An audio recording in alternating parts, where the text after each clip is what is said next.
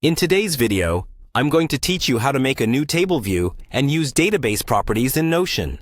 Whether you're a seasoned Notion user or just getting started, these instructions will help you harness the full potential of this powerful tool. Let's dive right in and create a structured database that can be tailored to meet your needs.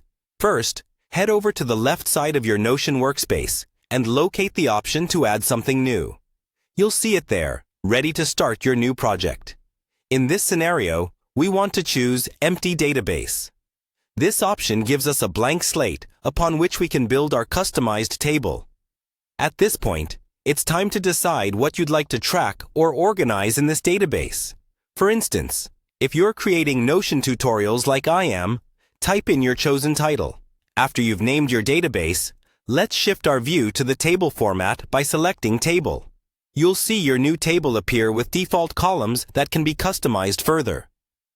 The next step is to rename the table. I prefer a descriptive name such as All Notion Ideas to reflect its purpose clearly.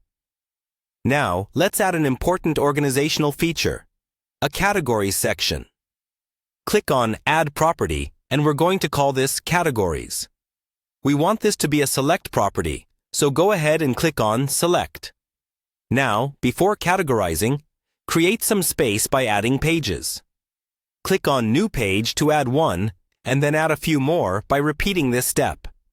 Once your pages are in place, you can start naming your categories. Click on any one of the pages, highlight it, and type in your chosen category.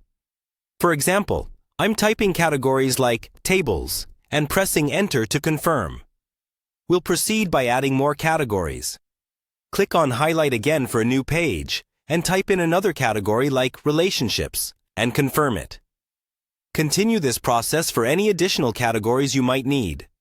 For instance, Dashboard could be another useful category.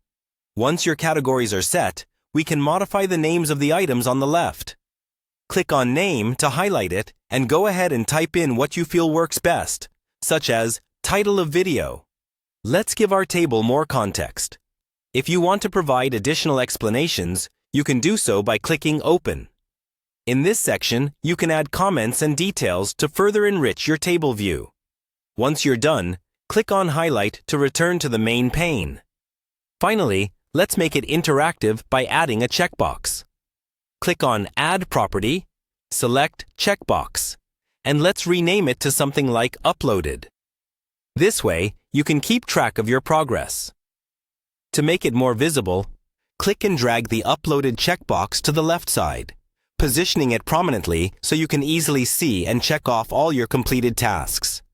And there you have it, a comprehensive new table view with useful database properties in Notion.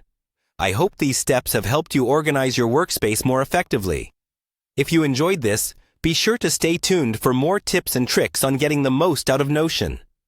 Thanks for watching, and see you next time.